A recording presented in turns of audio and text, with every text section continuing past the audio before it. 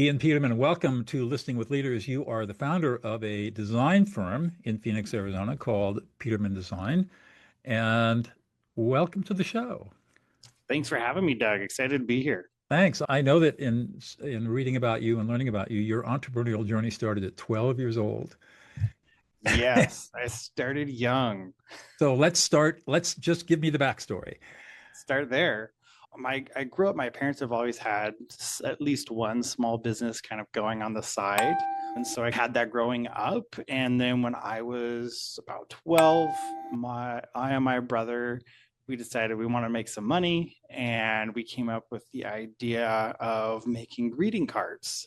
And so my parents were like, all right, we'll help you, but you gotta do the work. We're not just gonna do it for you. So we found a store that was willing to let us put those card racks Right. on, borrowed money from our parents to buy a card rack because the store is like, we're not going to buy a card rack. Right. You'll have a square foot. You can put something there.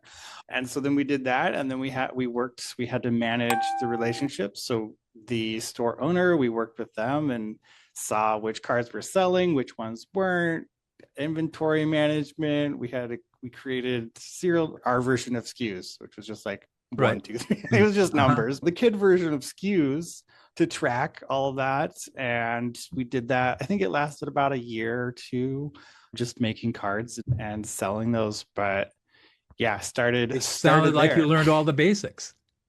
Yes, it was a great way, I'd say, the step up from a lemonade stand, and that you have to deal with a retailer and you have to manage, you keep them Yeah. happy, make sure you deliver your inventory on time and all that kind of thing. Yeah, it was What do you think fun. the biggest lesson you learned from that experience as a kid?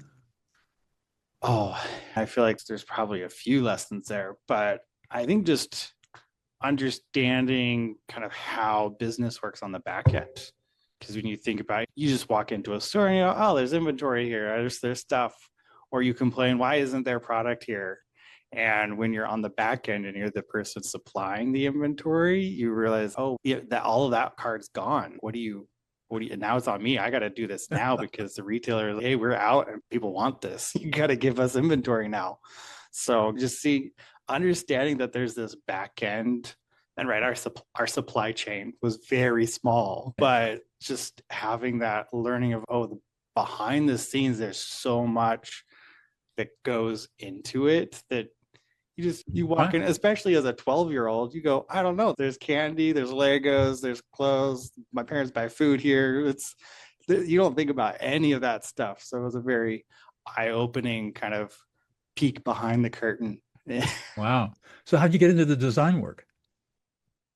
That has always been something that I really wanted to do. So I love drawing stuff. I love that kind of thing. My dad was a designer, so I got to see what designing actually looks like. And then right about 12, 13, I really wanted to learn how to do some design work. So I got to learn some CAD, worked with my dad on some projects, did some basic learning and loved it. So I Hmm. just got hooked starting from the CAD drafting side and then moved through. When I was about 16, I got into a internship it was a telecommunications laser company. I worked with them. They liked me enough after my 6 month internship that they kept me on. And so I ended up working there while I went to college. Wow. And yeah, I just liked it, never So, left. so when you talk about design work, I mean, there are all kinds of designers, right? We're talking about product design more than anything. Yes, product design. And that's what your dad did too. Yes. So Yes. if I'm going to try to describe it in my own lay way. So product design, somebody comes to you with an idea. I want to make a gizmo. And Yes. they have no idea how to make the gizmo. They just got this idea in their head of what a gizmo could do and how it could save the world. And then your job is to help them take that idea and turn it into a physical reality. That becomes a marketable, saleable, hopefully profitable business.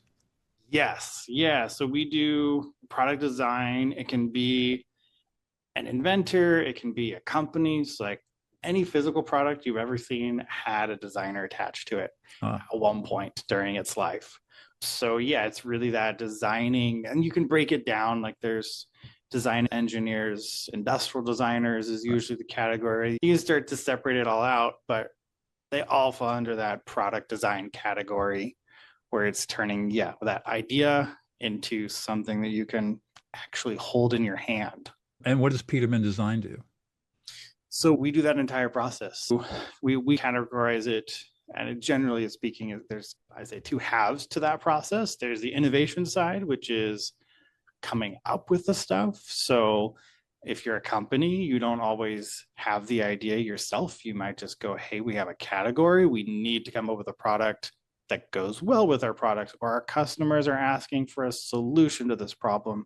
We don't know what the product is, but we know what the problem is that we're trying to solve. So the innovation side is figuring out, how do you solve the problem, right? What is the solution that could actually solve a problem there? And then you have commercialization. And so we work on that end as well, which that is, all right, you got the idea, you figured out how to solve it. How do you turn it into something that you can actually sell and someone will actually buy? And that's doing work with design for manufacturing. So making sure it can actually be made, making sure it can be made at the cost that you need it to be, because if it's too expensive, no one will buy it. So that process is getting it ready for commercial use, basically. And so we have teams on both ends, and we work a lot of times, we work with our clients end to end, where we'll help create the solution, or they'll have a solution. We kind of refine that, because we always are looking at if you want to invest the money, we should make sure that it's a product you can sell. And so we always keep the end in mind, and we'll oftentimes make some changes to what the solution is, and then we'll help move it through the commercialization process. So before you had your own firm, you worked in corporate for a while, didn't you? I did. So I worked at that laser company. I worked at HP. I worked at a few like cabling manufacturers. I spent quite a bit of time in corporate, about 10 years doing corporate work, and then launched. This is actually my second design firm. I was a partner at one before. We launched that. That was a learning experience. That was a good way to crash course learn how to run a company. Right. I learned about HR and all the other things. And all the back end stuff that nobody ever thinks about. Yeah. All the back end to the back end stuff that no one ever tells you about. And so that was really good, because we had a few different designers together in that group. So I got to learn a lot more about branding and packaging. And as a team, we did basically everything. We call it business in a box. So we would help startups launch websites, SEO, social media marketing, back when it was easier. Way harder now. It's been more than 10 years. It was a lot easier back then. What drove you out of corporate into becoming an entrepreneur? Pay. Really? Pay and boredom. Those are the two. That sums it up. So long. Yeah, there's only so long that you can, for me, I did the cubicle world. I sat in a cubicle. I worked on the same printer for a year and a half. I worked on it's really just working on the same stuff over and over again. And I got bored, and there was not enough money for me to just be bored. I'm sure there would have been, if somebody offered enough money, I could have been bored longer, but the combination of not being paid enough to be bored, it really just lent it to working. And I'd been doing contract work on the side anyway, partly because the boredom. I really wanted to work on other things. So I've been consulting since I was 18. Wow. So I've done it, almost always had something on the side. And so it made sense once I met the people that we started that first firm with. It was a pretty easy jump over, because I saw, okay, there is plenty of work out there. I'm doing contract work. If I jump over there, I definitely won't be bored. I won't make as much money at start, but I can work on making more, but I'll be excited about the work that I'm doing. So what is it today that gets you up in the morning and gets you excited to go to work? You got what, 20 or 20 people working for you? Different types of people? Yeah, we have a full team. It's still the same stuff. So I'm excited to work on new ideas. Do you get to do the design work yourself, or are you too busy leading the team? I do it at a high level. I have industrial designer, mechanical, electrical, all under our team. And we even have a branding team as well, because we handle packaging and things like that as part of the commercialization phase. And so I work at a really high level, which I enjoy, that strategic thinking and how does it actually solve the problem, and making sure we don't forget the part where it actually has to sell. I really like putting that high level of how do we solve it? And from a business standpoint, how can we make sure that what we're doing makes actual business sense and solves a problem? And every now and then I'll jump in and I'll do something just because I want to keep Keep your doing it a hands in it. little bit. Yeah, get my hands dirty a little bit, but Right. my team is honestly, they're better than me now at this So, point. so in terms of your team, are you mostly remote, or do you have people that have an office, in-person staff? So we're 100% remote. Oh, wow. My first agency, we did a whole office thing, and well, honestly, with technology and what we do, and in office, it just makes the overhead more, and it's not really, Not needed. didn't really add enough value for us to keep it. And turned out that doing that was really great, because when COVID hit, our team was able already working Pivoted, remotely. We were Zoom ready. I vividly remember like the weeks before everybody else learned that Zoom was a thing, I was still training. I would do phone calls to a client to teach them how to install and start up Zoom and be their tech support Wow. for their video and audio, and then get them on a call. And everybody liked it, like once I got it up and running, but I basically was providing free text Right. to get I them know. going. And then 3 weeks after lockdown started, I didn't have to do that anymore. Everybody got it figured out. Everybody else learned. So how dispersed is your team? Are they all over the world, or are they North America? The world. So we have our core team is in the US, and we're all over the US, honestly. And then we have team in Europe and Asia, depending, because we work with a lot of manufacturers. So having boots on the ground closer in Asia is good. And we're expanding with Europe. Wow. So how do you guys ever bring everybody all together? No, never Really? have. Never have. Wow. Never have. So No, tell me about no. how you manage and lead people that you've never met physically that are all Zoom faces. Yeah, it's really, I think it ties into what you've talked about before, is listening. So really making sure when we hire, it's really about making sure that everyone has to be self-driven. They have to be able to communicate. And so we set really clear guidelines of, hey, you got to talk to us, but also I shut up and listen. And we've created the culture of, if there's a problem, bring it together. Don't wait to have it. And we put the tools in place. So like we use Slack and we use Zoom, and all the instant communication, you can have that around the world. So there's no reason to delay. And we've really eliminated, working in person. I feel like there's a lot of those standing meetings where you're like, I got to show up for 15 minutes at the beginning of the day and just stand there and listen to somebody talk about something, probably nothing you care about, or about the lunch they're bringing, or it's nothing that's actually productive usually. And so having this more kind of instant communication, we rarely have meetings. Like we will maybe have a meeting a week if we need to. Wow. But it's a design review. Usually it's a review meeting and going, okay, hey, here's what we've done. Here's what the client needs. We need design feedback, approvals, that kind of thing. But we've tried to make it so it's less about a meeting and more about, oh, you need it now, let's do it now. So when a client approaches you, how does the business flow? Does it come to you, or do you have business development people that a client goes to? So it's been me. I've just brought on someone actually to help on the business development side, doing a lot of outreach and relationship building. But I'm primarily the first meetings. So I will review, and I like to do that. That way I have an idea of what we're bringing on, make sure there's a good fit. So we'll do a 30-minute discovery call where I just sit and listen and just go, hey, tell me what your stuff is. Really let them tell me what's going on, maybe ask a few questions, get a real clear understanding of what their problem is, and then we'll present an option to how we can solve that. And then from there, I do a lot of PM. I like to be involved. I do the strategic side. And then I have one other project manager that will help depending on our workload. But yeah. How do you charge for your work? We do what we call fixed hourly. So we'll put in basically it's an hour cap. We'll scope out very thoroughly what's going on, and then we'll give an hour cap to it.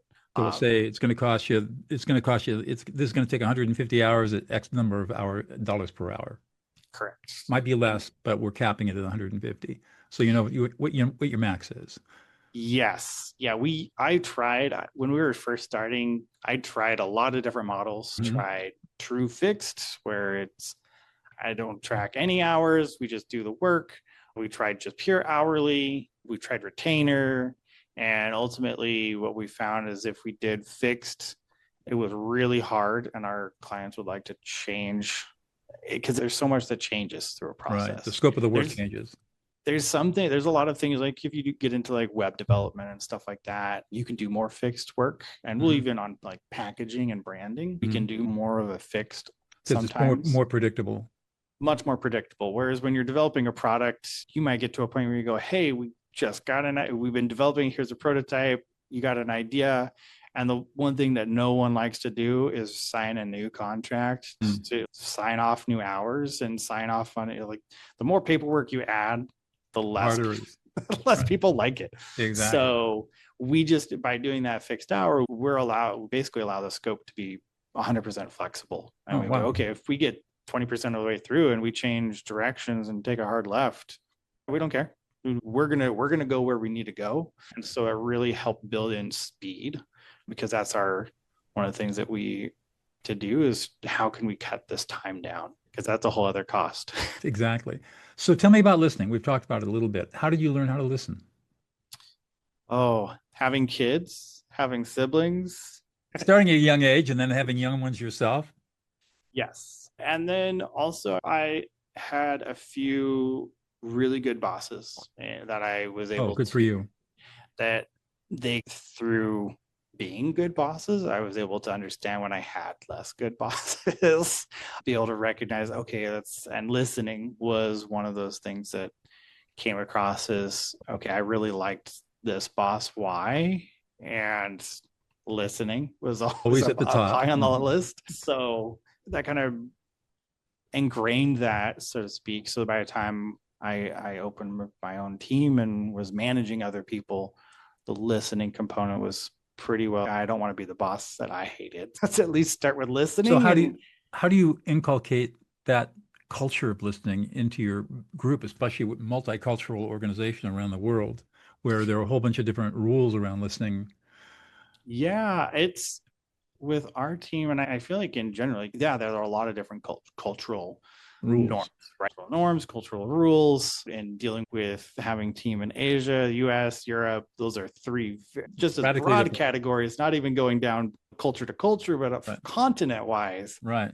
very different. And we work with Latin America as well, very different attitudes towards things. But I will say that listening is a pretty across the board. If Universal. you show that you care, if you are listening, they're going to, even if you have the other cultural differences, if you show the respect of listening, you're going to get that at least back. And that's a good start. So I would say it's one of those things that kind of cuts through what might otherwise be potentially have some awkwardness to it.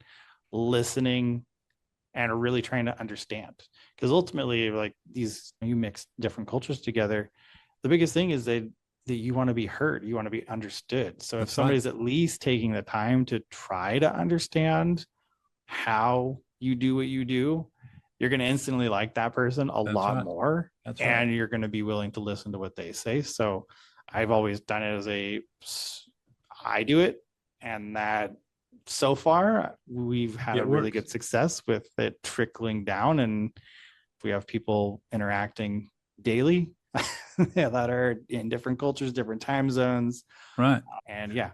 So I call it listening other people into existence. I think the one thing that people want more than anything else is they want to be heard and understood. And it Yeah, happens so rarely because most people are, when unfortunately. they're listening, they're focusing on their own agenda. What you're telling me, how does it help me? Rather than listening to really understand where you're coming from and make sure that you feel heard and understood from your perspective. Yeah, empathy. Empathy. In fact, my fifth book is coming out next year called The Empathy Edge, all about leadership empathy. Yeah, it's amazing what a little listening and some empathy, throw that together. It's powerful, isn't it? It's great. It works on me. I know it works. It works on me. Let's Yeah, just use that. I know. You're thinking about it and you start to glow. Saying, wow, yeah, this is really fun. Feels really good to be heard. Yeah. Right. So where do you see your company going over the next 10 or 15 years?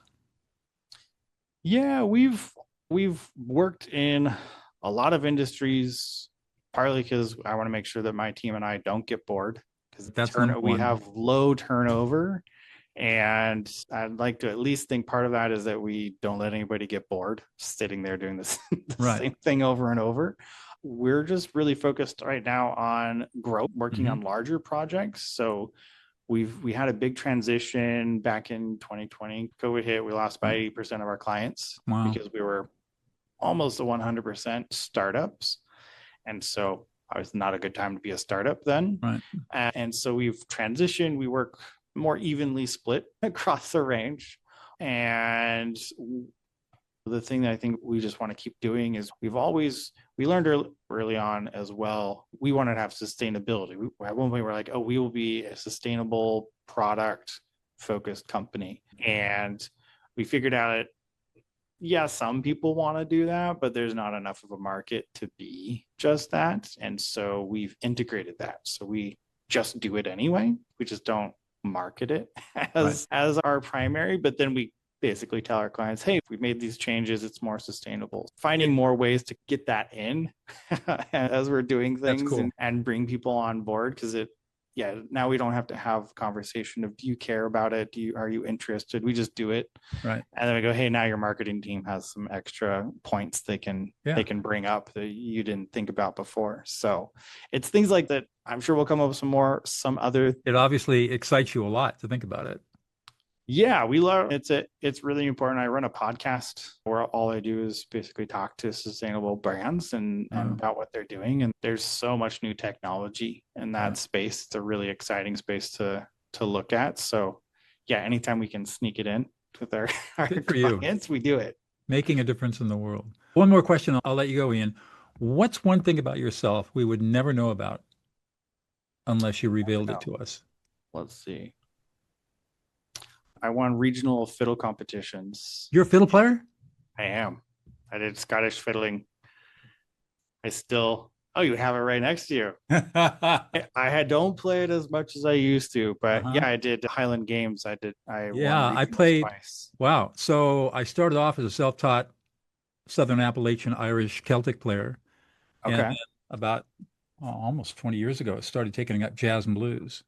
And so I play jazz and blues violin. I still play old-timey and Irish and Scottish music, Gaelic music, but mostly jazz and blues these days. So yeah, I've got it right here. When I get bored, I pick it up and. Nice. That's awesome. Yeah, I played I really like playing like Cajun. Oh, that's Cajun fun. Fiddle music. Yeah. That is really fun to play. Oh yeah, good dance music. Get the crowd going and all those double stops. Oh, I know. Yes, Cajun music's good. I did lots of Irish, Scottish fiddling. I did orchestra as well. I did that for years. See, there you go. You'd never know unless I asked the question. Yeah, love it. You did it too. That's great. Never have guessed. Well, Ian, thank you so much for your time today. I really appreciate it. Great conversation. Thanks for having me, Doug. Appreciate it. Absolutely.